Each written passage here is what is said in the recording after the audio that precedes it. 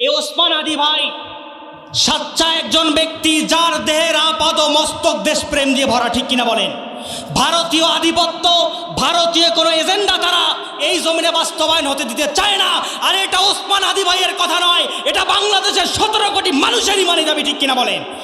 ভারতীয় কোনো আধিপত্য এই জমিনে বিস্তার হবে, যারা আল্লাহ রাব্বুল আলামিন মুমিনদেরকে সাহায্য করবেন, মুমিনদের বিজয় আসবে, আর মুমিনরা আল্লাহর জান্নাতে যাবে, ঠিক কিনা বলেন? আমাদের বাংলাদেশের এমন একটা ক্রান্তিকাল সময় এখন আমরা পার করতেছি, যেই সময় জুলাই আন্দোলনের অন্যতম একজন যোদ্ধা ওসমান হাদি ভাই, ঠিক কিনা বলেন? ওসমান হাদি ভাইকে কে বা কারা, কোনো কুচক্রিক মহল ভারতীয় রাইফেল ব্যবহার করে তার মাথা বরাবর টাক করে টার্গেট করে তাকে গুলি করেছে। আমরা দোয়া করছি আল্লাহ পাক ওসমান হাদি ভাইকে সুস্থ দান করুক। আরো জোরে বলেন আমিন। যত জুলাই যোদ্ধা আছে আল্লাহ পাক সকলকে যেন কবুল করে, সবাই বলেন আমিন। এই ওসমান হাদি ভাই সাচ্চা একজন ব্যক্তি, যার দেহের আপাদ মস্তক দেশপ্রেম দিয়ে ভরা, ঠিক কিনা বলেন? ভারতীয় আধিপত্য, ভারতীয় কোনো এজেন্ডা তারা এই জমিনে বাস্তবায়ন হতে দিতে চায় না। আর এটা ওসমান হাদি ভাইয়ের কথা নয়, এটা বাংলাদেশের 17 কোটি মানুষেরই মানে যাবে, ঠিক কিনা বলেন? ভারতীয় কোনো আধিপত্য এই জমিনে বিস্তার হবে, যারা বাবরি মসজিদ ভেঙেছে তারা ধ্বংস হবে, আবার নতুন করে বাবরি মসজিদ যেমন নির্মাণ শুরু হয়ে গেছে। এই মুসলমানদের বিজয়কে এই জমিনের মধ্যে নরেন্দ্র মোদী বলেন, ট্রাম্প বলেন, স্বৈরাচার হাসিনা বলেন, কেউ যেমন দাবাতে পারে নাই। বাবরি মসজিদ আবার নির্মিত হবে, ভারতীয় আগ্রাসন মুক্ত সোনার বাংলাদেশ গঠন হবে, এটাও কেউ ঠেকাতে পারবে না, ঠিক কিনা বলেন? সোনালি দিনের সেই ওমর খালিদ, আজ তোমাদের বড় প্রয়োজন।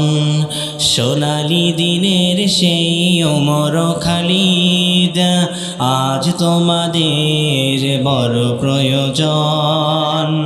তোমাদের অভাবে ধরণীতে আজ, তোমাদের অভাবে ধরণীতে আজ চলছে জালিমের নিপীড়ন।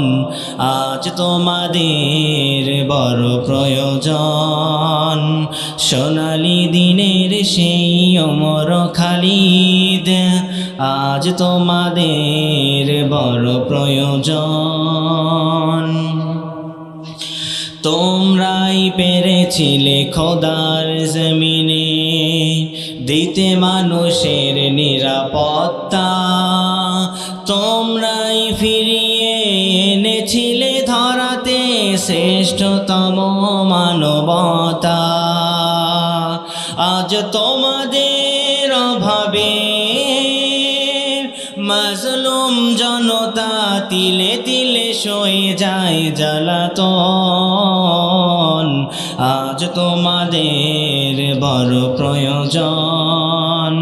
সোনালি দিনের সেই ওমর খালিদ, আজ তোমাদের বড় প্রয়োজন। আজ তোমাদের বড় প্রয়োজন। এই জাতির সন্তানেরা নির্যাতন সহ্য হতে হতে কোনো সময়ের জন্য তাদের কোনো কিছুকে তারা পরোয়া করে চলে নাই। বন্দুকের সামনে দাঁড়িয়ে হলেও তারা আল্লাহর জমিনে আল্লাহর দ্বীন প্রতিষ্ঠার জন্য শত ঘাত প্রতিঘাতকে বাদ দিয়ে স্বৈরাচারকে বিদায় করে তাদের মামু বাড়ি দিল্লিতে প্রেরণ করেছে। আল্লামা সাঈদী একটা ভবিষ্যৎবাণী করে গিয়েছিল, 12 কোটিতে গাছের গোড়ায় এমন নারানি দেবে, মামু বাড়ি দিল্লি গিয়ে পড়বা। এমন অবস্থা হয়ে গিয়েছে, অন্য কোথাও জায়গা হয় নাই। আল্লাহর ওলির কথাগুলি বাস্তব পরিণত হয়ে তাদের শেষ পরিণতিটাও তাদের মামু বাড়ি দিল্লিতেই হয়েছে, ঠিক কিনা বলেন? কাজেই বর্তমানও যারা প্রত্যক্ষ পরোক্ষভাবে আলেমদের বিরুদ্ধাচরণ করে, কোরআনের বিরুদ্ধাচরণ করে, অতীত থেকে শিক্ষা গ্রহণ না করলে এক জাতি যেমন তাদের মামু বাড়ি যাওয়ার জায়গা খুঁজে পেয়েছে, অপর জাতি পালানোর জন্য বঙ্গোপসাগর খুঁজে পাবে না, ঠিক কিনা বলেন?